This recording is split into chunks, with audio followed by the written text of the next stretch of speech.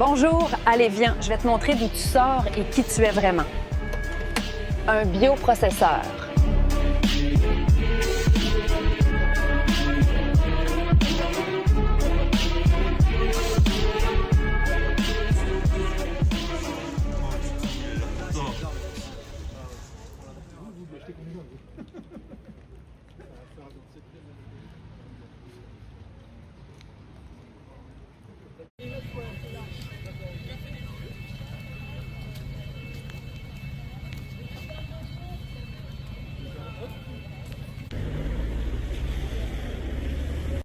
Merci. Ok, d'accord. Ah oui.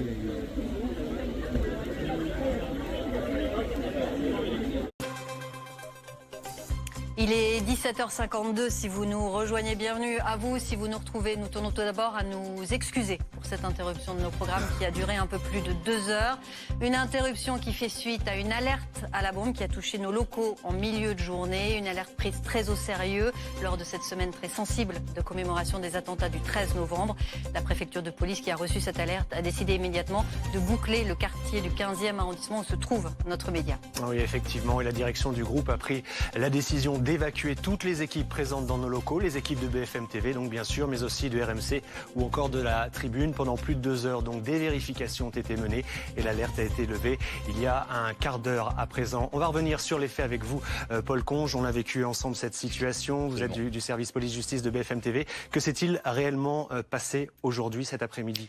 Ce qui s'est passé, c'est que toute la rédaction de BFM TV donc, a été évacuée autour de 15h20 après la réception par la police parisienne d'un message menaçant dans lequel un individu anonyme affirme avoir déposé des engins explosifs dans les locaux et menace de faire sauter le bâtiment. Alors, ce message a été reçu par les policiers parisiens et jugé suffisamment inquiétant pour que la préfecture de police décide donc de boucler le quartier, compte tenu notamment du plan Vigipirate urgence attentat qui s'applique en ce moment et aussi de la date des faits, 2 jours après les commémorations du 13 novembre. Et donc le responsable sécurité de BFM TV, la direction de BFM TV a décidé d'évacuer totalement le bâtiment. Un périmètre de sécurité a été établi, les routes ont été coupées et des démineurs et des équipes cynophiles ont été dépêchés sur place et les chiens renifleurs ont donc sillonné le bâtiment étage par étage pour essayer de trouver des traces d'un éventuel produit explosif.